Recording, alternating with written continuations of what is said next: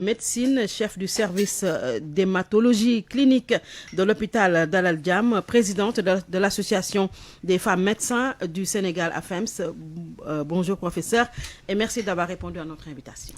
Bonjour Binta, merci de m'avoir invité sur ce plateau. Alors beaucoup de personnes m'ont interpellé pour dire l'une de vos invités à l'hôpital Dalal Jamm et que l'hôpital Dalal Jamm coûte très cher.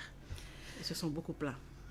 La santé n'a pas de prix. C'est vrai que la santé coûte cher, mais beaucoup d'efforts ont été faits par rapport au prix antérieur, parce qu'on sait qu'on est en pleine banlieue. On a dû réajuster les prix parce que l'hôpital, quand même, offre beaucoup de soins de qualité au niveau de cette banlieue. Même si on est en pleine banlieue, la population a besoin de soins de qualité. C'est peut-être la raison pour laquelle les prix sont à peu près cher entre guillemets, mais disons que la santé n'a pas de prix. Est-ce qu'il y a possibilité que les prix puissent diminuer un jour? Tout à fait. Oui. Si on nous aide à augmenter peut-être la subvention de l'État au niveau de nos hôpitaux, Oui. on gagnerait peut-être à défalquer peut-être cette différence-là, parce que depuis quelques années, depuis la réforme de 1998, les hôpitaux doivent tout faire pour s'en sortir. Et c'est peut-être la raison pour laquelle on est obligé de réajuster les prix par rapport à cette médecine de qualité que l'hôpital offre. Et ce n'est pas seulement dans le Jamm. Disons que c'est tous les hôpitaux. Oui. Aller à Principal, c'est excessivement cher. Aller dans les autres hôpitaux également. C'est la raison pour laquelle, d'ailleurs, de plus en plus, il faut que les gens se disent qu'on doit respecter la pyramide sanitaire. Oui, absolument. Ne pas se lever, aller directement à l'hôpital. Il y a peut-être le centre de santé qui coûte moins cher, qui peut-être va essayer de débroussailler un tout petit peu. S'il est dépassé, c'est là où on doit évoluer vers un niveau supérieur et aller à l'hôpital. Oui. Donc le centre de santé est là. Commençons par là-bas, on débroussaille et puis après on peut aller au niveau des hôpitaux Absolument. qui sont quand même beaucoup plus différenciés que les centres de santé. Oui. Alors, nous recevons également Rose Gaïndao, vice-présidente chargée des relations extérieures de la LISCA. Bonjour Rose. Bonjour Binta. Nous vous recevons en plein octobre rose. Le 15 aujourd'hui, 15 jours de sensibilisation, de dépistage. À l'heure du bilan, que faut-il dire? Merci beaucoup Binta pour l'invitation. Aujourd'hui, la LISCA a bien démarré Octobre Rose. Depuis le 1er octobre, tous les jours du lundi au samedi, nous recevons les personnes qui viennent pour un dépistage, donc une consultation gratuite. Nous distribuons les bons de subvention pour la mammographie. On peut dire qu'on a vraiment démarré sur les chapeaux de roue cette année. Oui.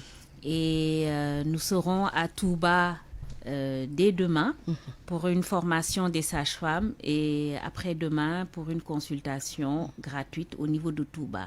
Après Touba, nous irons à Thiès, à Tivaouane, à Mékhé et il y a beaucoup d'autres consultations qui sont prévues durant les 15 jours restants. Alors, Octobre rose, c'est le cancer du sein ou le cancer du sein et de l'utérus également? Normalement, Octobre rose, c'est le cancer du sein. Ouais. Ça, c'est mondial. Mais aujourd'hui, au Sénégal, vu la prévalence du cancer du col, la LISCA associe le dépistage du col au niveau d'Octobre rose.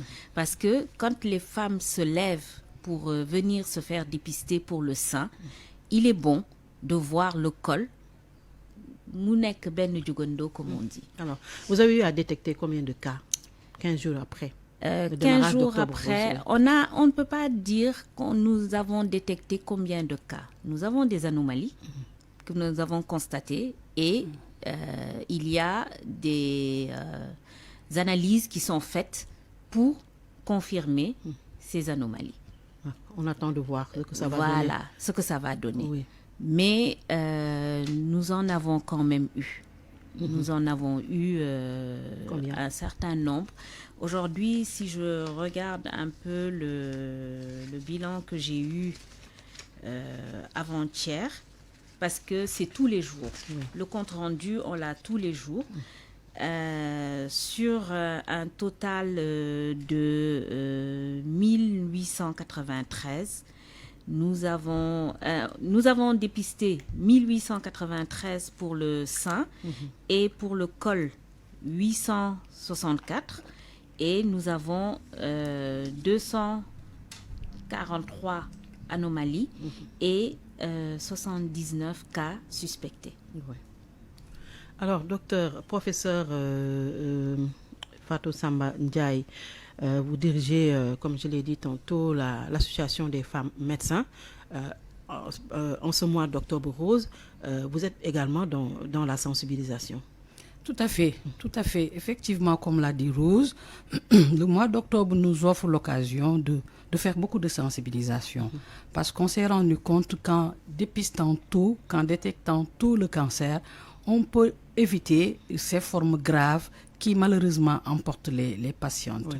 C'est la raison pour laquelle l'Association des femmes médecins du Sénégal, la FEMS, également a son rôle à jouer depuis des années d'ailleurs, parce que je rappelle que l'Association des femmes médecins du Sénégal existe depuis 1990 et depuis quelques années, accompagnée de la LISCA, on dépiste, on prévient, on va vers la population pour prévenir, sensibiliser par rapport à ces méfaits que pose le cancer.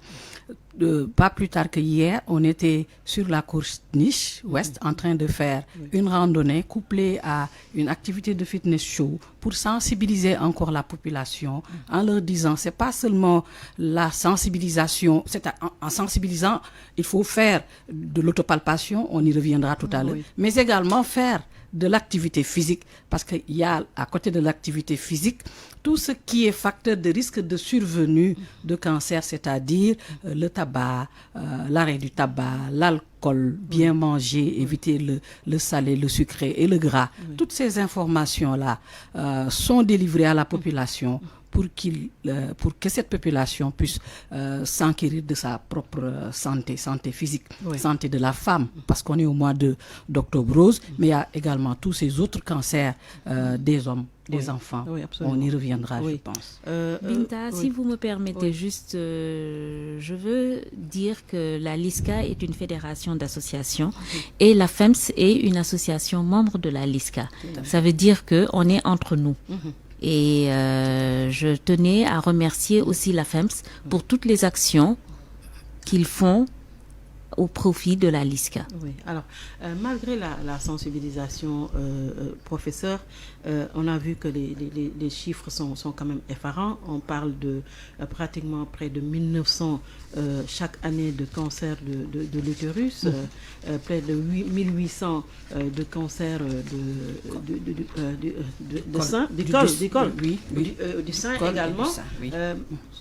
Qu'est-ce qui explique quand même cette montée des cas de cancer féminin au Sénégal? En réalité, c'est là où le bas blesse. Il faudrait qu'on insiste sur la prévention. Parce que, je le disais tout à l'heure, le cancer du col de l'utérus est le seul cancer qu'on peut guérir actuellement comme cancer chez la femme. Il suffit de dépister tôt, de traiter tôt.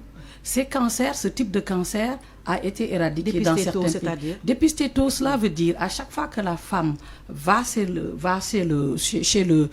la sage-femme ou chez le gynécologue ou la gynécologue, qu'on fasse un examen gynécologique complet avec du spéculum. Si jamais on trouve des lésions précancéreuses, on peut les brûler pour les tuer et les guérir. Cette phase est hyper importante. C'est la raison pour laquelle il faut insister sur le dépistage précoce avec un examen systématique chez cette femme-là, à qui on recommande d'aller chez la sage-femme ou la gynécologue, ne serait-ce qu'une fois par an. C'est un cancer qu'on peut éradiquer également en nous donnant les moyens de le faire, c'est-à-dire la vaccination des jeunes filles de 9 à 14 ans. Si on vaccine ces jeunes filles-là, elles ne feront pas, et même les jeunes garçons, ils ne feront pas de cancer, de cancer du col de l'utérus ou de cancer de l'oropharynx ailleurs.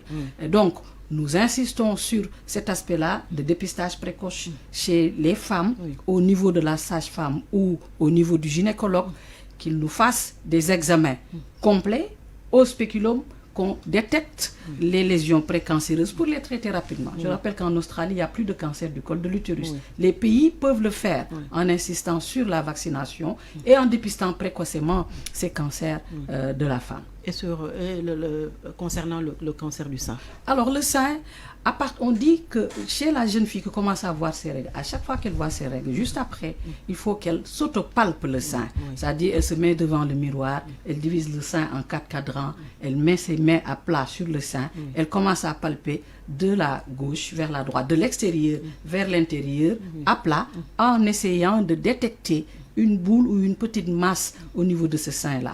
Et d'abord, on commence par l'inspection. Tu te mets devant le miroir, tu regardes. Si la peau a changé, aspect de peau d'orange, le mamelon a un peu bougé, etc., etc., ça donne un aspect ou une idée par rapport à une anomalie sur le sein. Mis à part cela, on se dit, comme le cancer du sein survient maintenant de plus en plus tôt chez la femme, ici au niveau du Sénégal et en Afrique de manière générale, il faudrait qu'à partir de 40 ans, les gens disent entre 40 et 45 ans, qu'on commence à faire des mammographies, ne serait-ce que tous les 2 ans, qu'on commence à détecter ces lésions minimes, infracentimétriques, moins de 1 cm. Et quand on les détecte, on n'a pas besoin d'enlever tout le sein qui donne ces aspects esthétiques que les femmes n'aiment pas du tout. Et donc, quand on détecte le sein avec ces micronodules, précocement, on peut les enlever. Et cette fois-ci, peut-être que la radiothérapie suffira au lieu d'aller vers la chimiothérapie ou la chirurgie délabrante chez ces femmes-là. Alors, moi-même, j'ai entendu Rose le dire récemment à la TFM que le virus, HPV, Human Papilloma Virus, qui attaque l'utérus, peut rester dans l'utérus quand même 10 ans avant de se réveiller. Tout à fait. Oui. Et on a pu détecter 220 types de HPV que les chercheurs ont pu mettre sous forme de vaccin, la majorité. C'est la raison pour laquelle on préconise de faire cette vaccination-là tôt chez les enfants, les jeunes filles, 9-14 ans, mais également on peut toujours faire ce test sérologique au niveau mais est-ce que cela sanguin. Se fait que les parents amènent leurs enfants faire le vaccin C'est là où il faut contre les cancers? Est-ce que cela se fait? Oui, en fait, les femmes ont toujours du mal. Peut-être que l'information est mal passée. Absolument. Les parents n'aiment pas trop amener les enfants se faire vacciner. Il y a beaucoup d'autres idées autour de la question de la vaccination. Voilà. Certains disent que c'est pour limiter les naissances, etc., etc. Ce n'est pas du tout cela. L'objectif de cette vaccination est de prévenir et d'éviter la survenue de cancer du col de l'utérus chez ces futures jeunes femmes. Mais justement, c'est là où doit intervenir quand même une communication accentuée, mais on a comme l'impression qu'on entend les cancers qu'au mois d'octobre. Oui, en fait, comme je le disais, et c'est ce que je dis souvent, Octobre Rose ayant il y a en fait une grande euphorie, si je peux m'exprimer ainsi, autour d'Octobre Rose, parce que il y a beaucoup d'activités. Ça fait partie aussi des premières activités de la LISCA depuis la reprise. Donc, les gens attendent Octobre Rose. Mais, comme j'ai dit, on travaille au niveau de la LISCA du 1er janvier au 31 décembre. C'est au mois d'octobre qu'on est médiatisé. Mais, à part la médiatisation, ça ne nous empêche pas quand même de faire beaucoup de choses.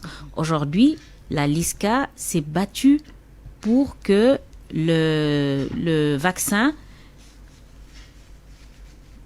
soit inscrit dans le programme de vaccination, dans le programme élargi de vaccination. Donc, ce sont des activités que nous menons qui ne sont peut-être pas médiatisées. On ne va pas dans les télés pour dire on est en train de faire les démarches pour pouvoir mettre le vaccin dans le programme de vaccination. Mais ce sont des activités menées par la LISCA. Par exemple, pour ce qui est de la gratuité de la chimiothérapie pour les cancers féminins, ça a été une bataille de longue haleine de la LISCA. Nous y sommes parvenus. Nous sommes en train de nous battre pour avoir la gratuité de la chimio pour les autres cancers. Parce qu'en fait, c'était la gratuité de la chimio pour les cancers.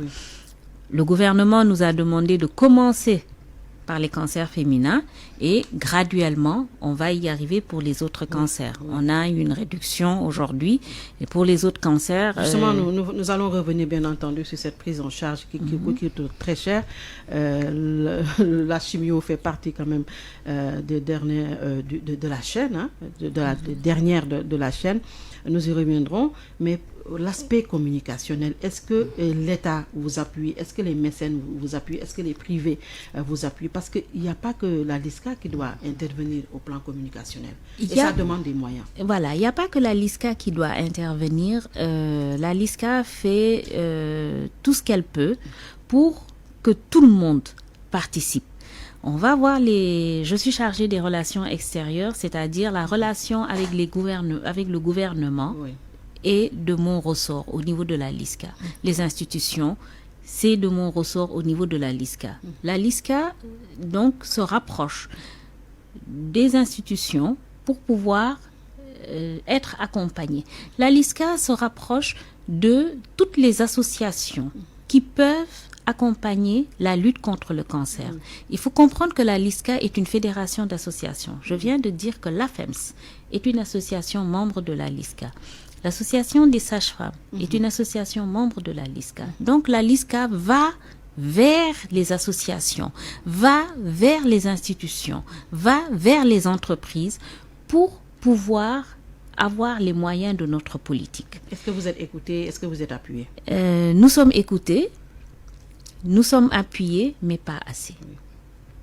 Vraiment. Quelque part, j'ai lu que la LISCA a même des dettes. Oui. Ça veut dire que vous n'avez pas les moyens de votre combat.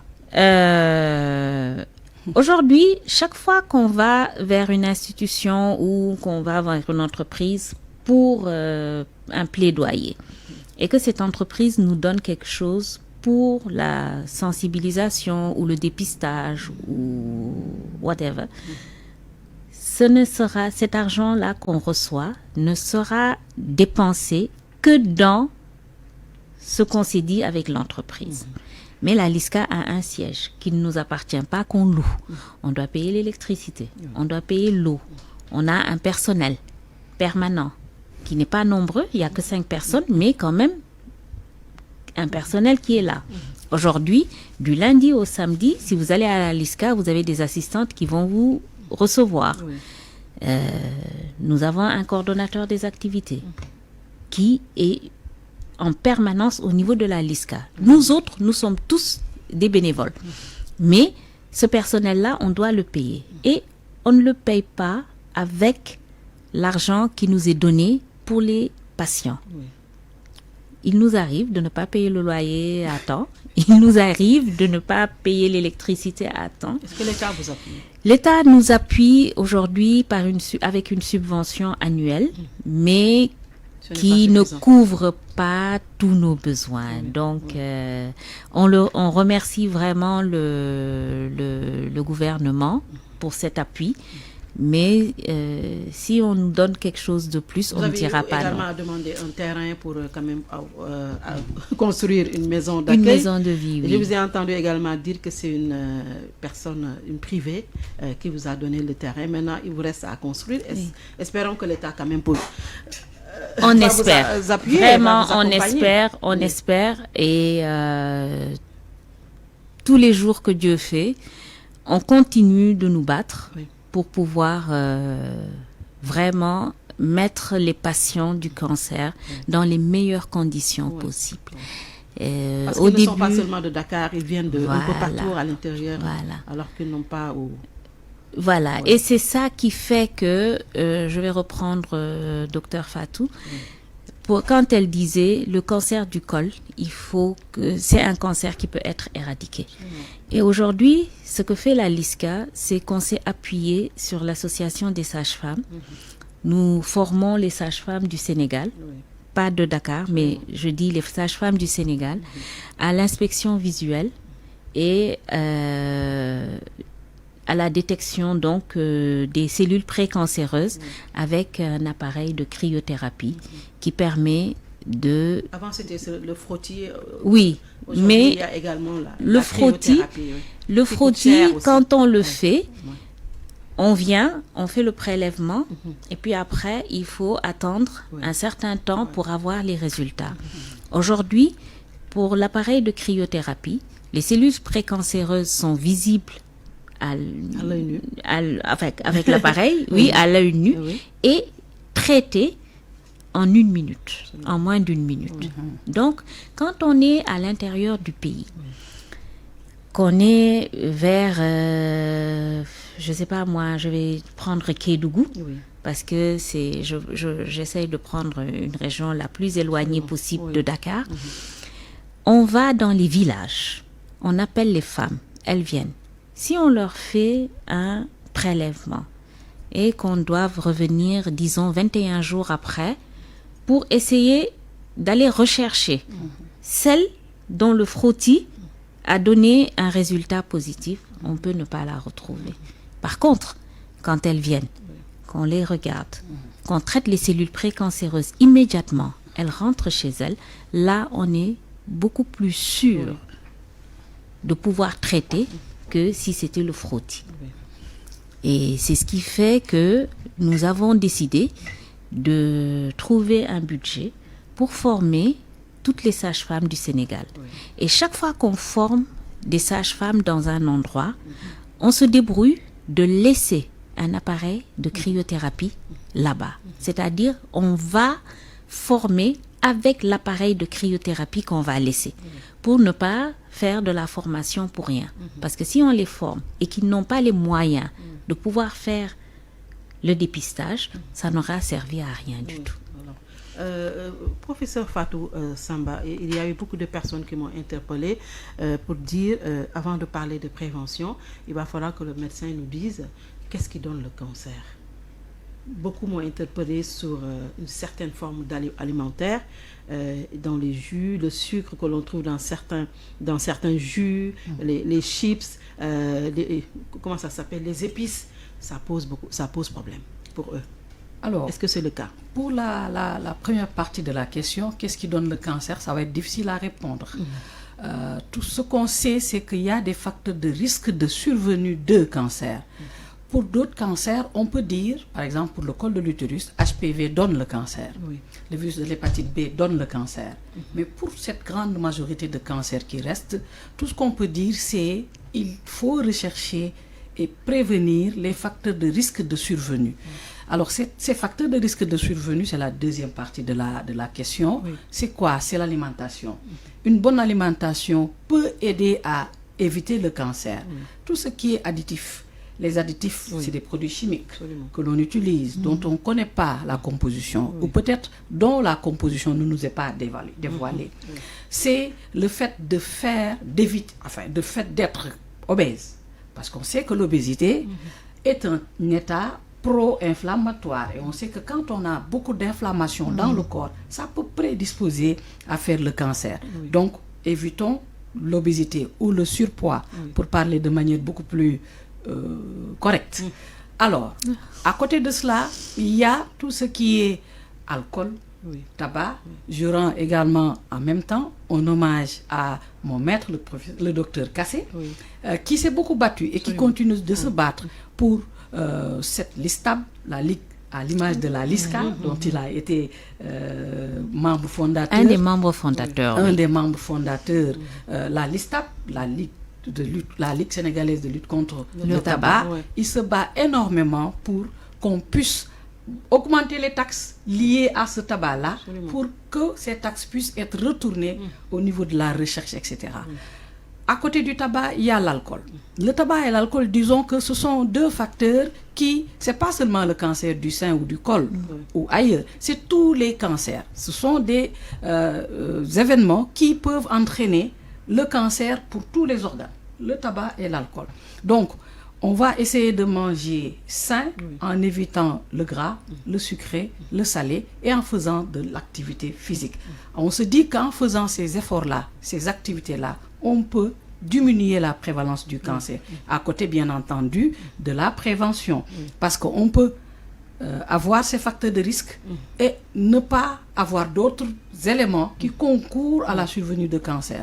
Je veux dire, c'est pas seulement le fait d'avoir un de ces éléments que je viens de citer. Il faudrait qu'au départ, qu'il y ait un système immunitaire qui est dans les chaussettes, c'est-à-dire avec moins de défense du système immunitaire. Il faudrait qu'il y ait d'autres infections qui entourent, etc. etc. Et donc, c'est un concours de facteurs de risque de survenue qui va entraîner le cancer. On ne peut pas dire à l'heure actuelle ceci égale, mais on peut dire que c'est fortement lié à la survenue du cancer. Mais docteur, est-ce qu'aujourd'hui, les bouillons qui sont légion dans les marchés, dont on ignore la composition, sont dangereux? Est-ce que les jus qui coûtent 100 francs dans les boutiques, les chips qui coûtent 100 francs dans les boutiques sont dangereux et nuisibles à la santé? Alors, c'est pour ça qu'on parle de concept One Health. C'est pas seulement le médecin qui va aller dire les bouillons, les chips, les additifs, etc. sont dangereux. Il faudrait qu'on nous aide en même temps à faire de la recherche. Faudrait-il qu'on facilite la recherche par rapport à ces bouillons-là, qu'on nous donne les moyens d'aller dépister, détecter la composition de ces bouillons, en connivence, bien entendu, avec le ministère du Commerce, tous les ministères finalement, le ministère de la Santé. C'est pour ça qu'on parle de plus en plus de concept One Health. Même au niveau de l'élevage, quand on va acheter de la viande au marché pour laquelle on ne sait pas avec quoi on a nourri le mouton ou la vache, finalement, on n'est pas encore sorti de l'auberge. Je veux dire que c'est finalement tout un système qui doit être mis en branle pour que on puisse dire de manière formelle et scientifique que tel type de bouillon ou d'aliment contient tel type de produit, entre guillemets, chimique ou pas, qu'il faut peut-être enlever du marché, parce que si on n'a pas la preuve, ça va être très difficile de demander à une entreprise d'arrêter de commercialiser ces bouillons. Alors, est-ce que, professeur, cela veut dire que maintenant, personne n'est à l'abri des cancers? Parce qu'avant, on disait que c'était une maladie héréditaire, mais avec le temps, on s'est rendu compte que ce n'est pas le cas. Même mieux, avant, on disait que le cancer n'existait pas. C'est avec le temps qu'on s'est rendu compte.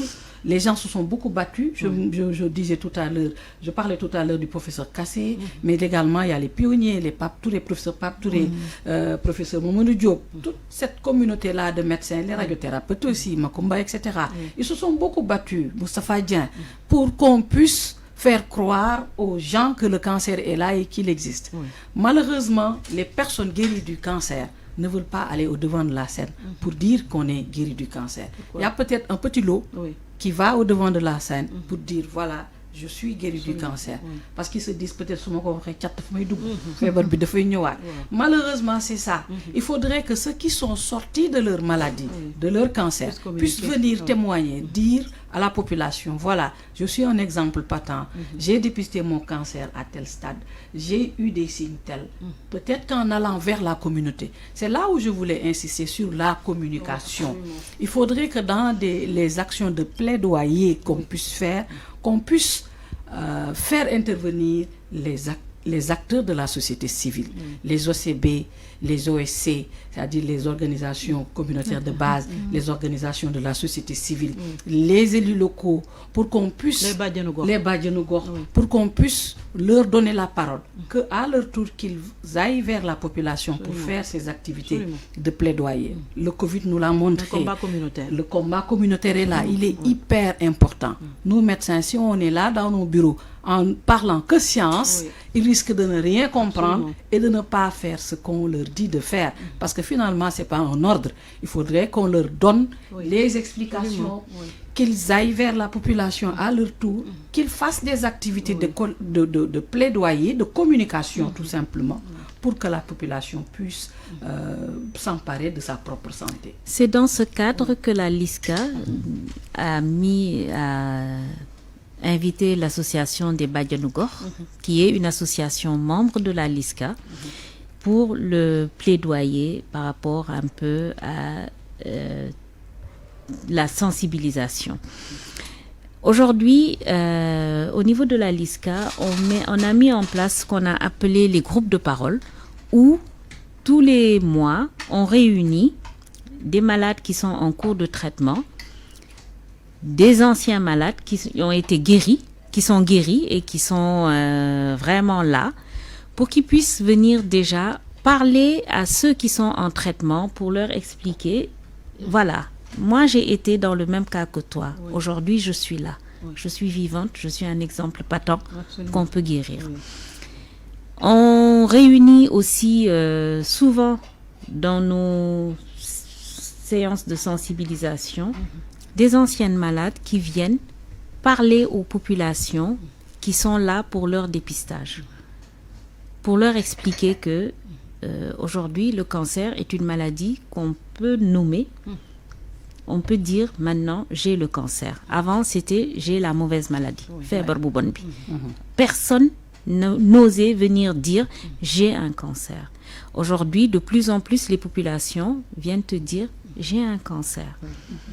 De plus en plus, les populations peuvent venir dire je suis en rémission. C'est-à-dire, on dit que la personne elle est en rémission sur les 5 ans après qu'on ait vu qu'il n'y avait plus de cancer. Et après, on parle de guérison. Et toujours, avant, quand on faisait des témoignages, la personne demandait tout le temps à être floutée. Aujourd'hui, les personnes viennent faire leurs témoignages à visage découvert. Donc, on va continuer le combat pour que le cancer soit considéré comme toutes les autres maladies. La communication à ce niveau, on est en train d'essayer de vraiment la faire passer. Alors, la LISCA, Octobre Rose, en plein Octobre Rose, nous parlons des cancers féminins et nous recevons une Rose Gaye Andao, qui est la vice-présidente chargée des relations extérieures de la LISCA. Nous recevons également professeur Fatou Samba Ndiaye, enseignante à l'université Cheikh Anta Diop de Dakar, à la faculté de médecine, chef du service d'hématologie clinique de l'hôpital Dalal Jamm, présidente de l'association des femmes médecins du Sénégal, AFEMS. Alors, nous allons rester avec vous, Rose Gaye, pour aborder l'aspect de la prise en charge qui coûte très cher. La gratuité de la chimio a été un combat de la LISCA, vous l'avez dit tantôt, mais avant d'arriver à la chimio, il y a beaucoup de paliers à franchir et ça coûte cher. Ça coûte très cher et aujourd'hui, c'est pour ça que la LISCA, quand on a redémarré nos activités en 2010, en 2009 disons, en 2010 nous avons commencé à faire Octobre Rose avec la subvention de la mammographie. Parce que, comme l'a dit Dr Fatou, c'est un des moyens, un des meilleurs moyens pour détecter le cancer du sein. Et la mammographie était entre 60 et 80 000. Elle dans est le juste. Privé. Oui, il y avait que le privé. À ce moment-là. Aujourd'hui, avec le public, la mammographie est à 40 000. C'est toujours cher. C'est toujours très cher. Et la LISCA, donc, s'est associée avec des radiologues pour diminuer au moins durant le mois d'octobre le prix de la mammographie. Nous avons pu avoir une réduction à 30 000. On s'est dit 30 000, c'est toujours très cher. Et donc, nous avons dit, nous avons subventionné pour 15 000 francs, le moitié du prix, la mammographie. Aujourd'hui, quand une femme vient prendre un bon au niveau de la LISCA, elle ne paye que 15 000 et la LISCA paye les 15 000. Quand la LISCA a vu qu'il nous arrivait de voir des femmes qui, une fois la mammographie faite, on leur disait qu'elles avaient le cancer, tout ce qu'elles faisaient, c'était rentrer chez elles et attendre la mort. Pourquoi? Parce que c'est une maladie onéreuse et elles se disent, j'ai pas les moyens de me soigner. Donc autant aller attendre Tokrarial. Nous nous sommes dit, il y a quelque chose à faire. Aller voir les charlatans. Oui. Souvent, très très souvent. Et surtout, c'était même aller voir les charlatans parce que Dr Fatou l'a dit, c'est pas que le cancer. Non, c'est ma coépouse qui m'a marabouté, c'est Aujourd'hui, Binta, quand je l'ai vue hier, elle m'a regardé d'un œil. Je savais que Binta en avait après moi. C'est elle qui allait me marabouter pour me jeter le mauvais œil. Donc la LISCA a décidé d'essayer de prendre en charge certains malades pour avoir le plus de guérison possible. Parce qu'il y avait des gens qui étaient détectés à un stade où il y avait quelque chose à faire. Même si elles sont détectées à un stade où il n'y a plus rien à faire. Il y a au moins l'accompagnement palliatif. On ne peut pas laisser les gens mourir chez eux sans aucune dignité. Et ça, vraiment, on insiste là-dessus. C'est pas parce que les médecins disent que ça y est, qu'on doit laisser la personne. On n'est plus dans l'ancien temps. Comme je dis, avant, les gens, quand ils étaient malades, on les amenait dans un baobab, on les laissait là-bas. Mais ça, c'était avant l'avènement de la médecine moderne. On ne peut pas avoir des professeurs Fatou Samba Ndiaye et laisser les gens mourir de cette manière-là. Donc la LISCA a commencé à prendre en charge les malades. Quand je dis prendre en charge, on commence dès le diagnostic. C'est-à-dire quand quelqu'un vient faire une mammographie, par exemple, après, il y a des IRM, des scanners, tout ça à faire. Dès ce moment-là, les gens ne peuvent pas le faire. Ils te disent, je n'ai pas les moyens de le faire. La prise en charge de la LISCA commence à ce moment-là. Et comme on dit, quand on commence à prendre en charge quelqu'un, on l'accompagne jusqu'à la fin de la maladie. C'est ce qu'on souhaite, ou jusqu'à la fin. Mais Rose, est-ce que l'État également ne doit pas réagir également sur ce volet-là, le volet prise en charge? Parce que ça coûte très très cher. Je suis d'accord. Donc, vous venez de dire à ma sœur Fatou, l'hôpital d'Al Djam coûte beaucoup trop cher. Les hôpitaux, donc, il faut qu'ils fassent des efforts pour diminuer le prix. Les soins de qualité, on est d'accord, mais il faut que ce soit des soins abordables aussi.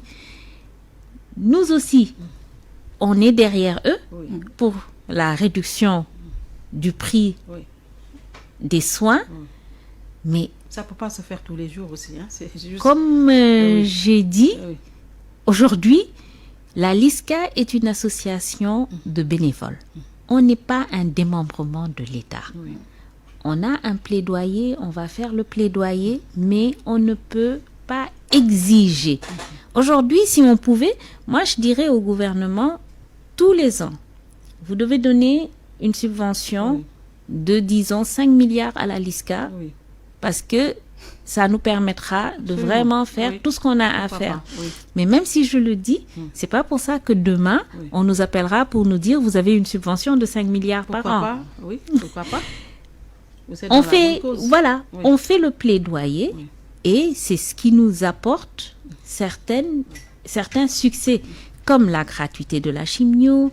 Aujourd'hui, on a une convention avec Dalal Jamm parce qu'on avait une relation avec l'hôpital Le Dantec qui était l'hôpital, entre guillemets, de la LISCA.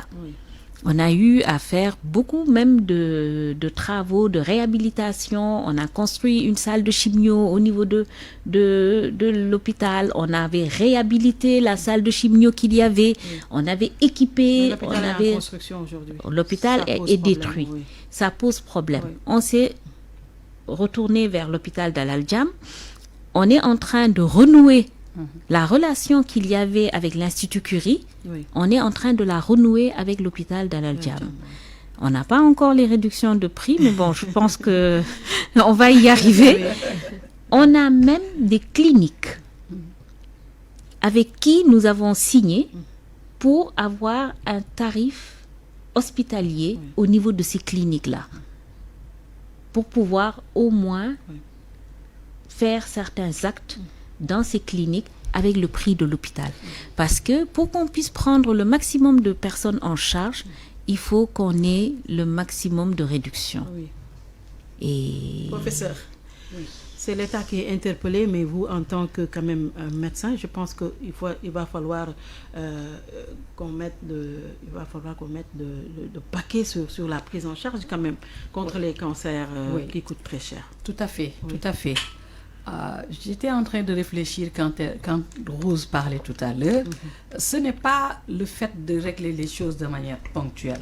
Moi, je suis dans le groupe des gens qui veulent des solutions définitives à ce problème. Le cancer pose d'énormes soucis depuis quelques années.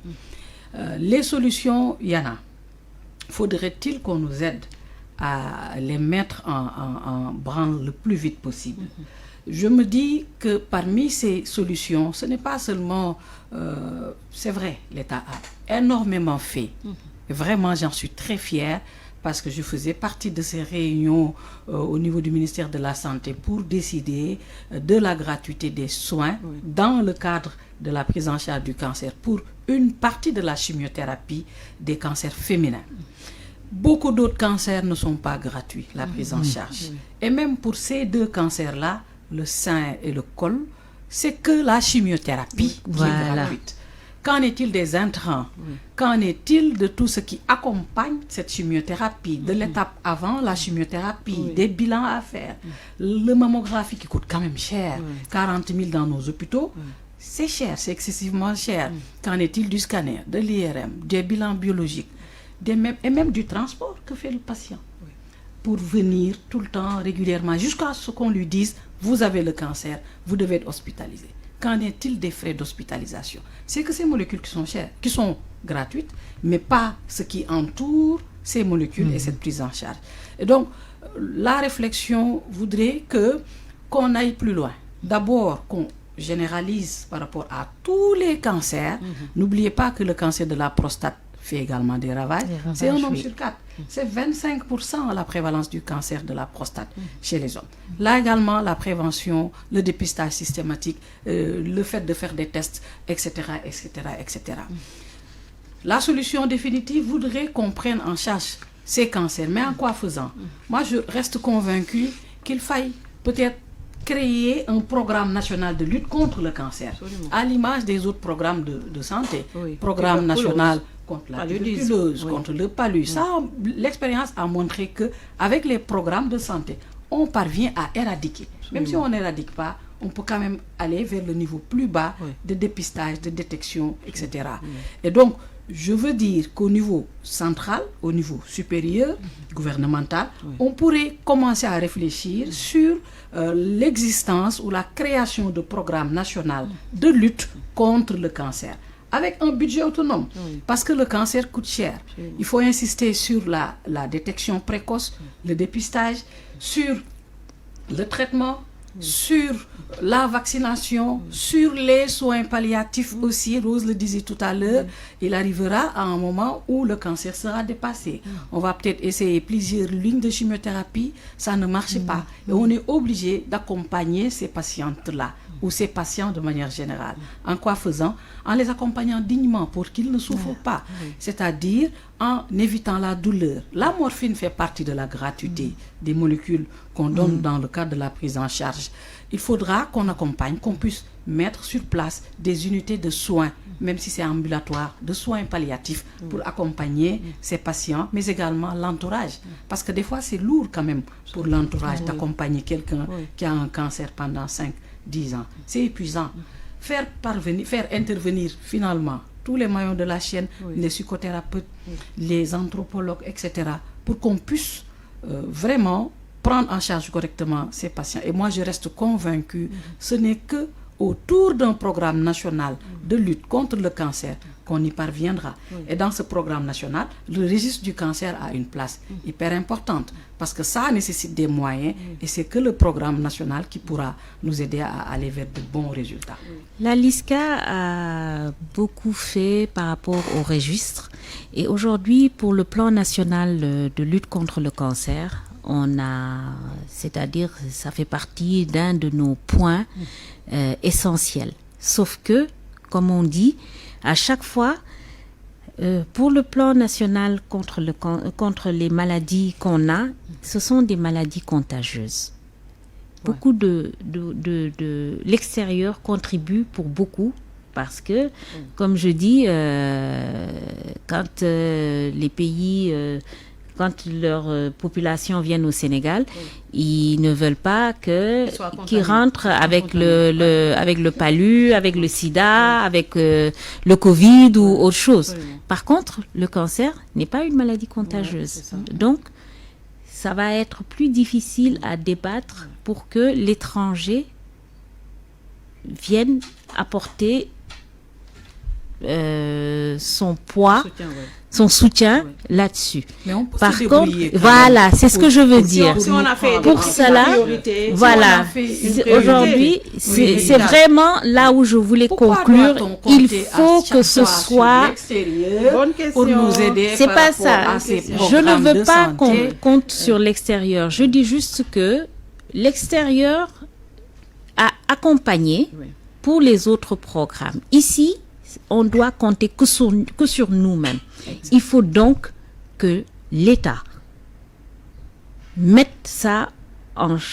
ça en charge en sachant que c'est pour la population sénégalaise et qu'on doit compter que sur nous-mêmes. Il y a l'exemple du Brésil, c'est notre correspondant qui est au Brésil de Tobamdia qui me dit il y a le système unique de la santé à Plessis qui est un programme totalement pris en charge par le gouvernement et c'est 100% gratuit à propos du cancer. Aujourd'hui, si on ne va pas aussi loin qu'au Brésil, en France, dès 50 ans, parce que là-bas, le dépistage de la maman, elle est à 50 ans, le jour de votre anniversaire, vous recevez un message, toutes les femmes, le jour de leur anniversaire à 50 ans, elles reçoivent un message qui leur dit d'aller faire leur mammographie de dépistage, qui est gratuite. Ici, même quand on soupçonne que la femme a un cancer, la mammographie, elle n'est pas gratuite.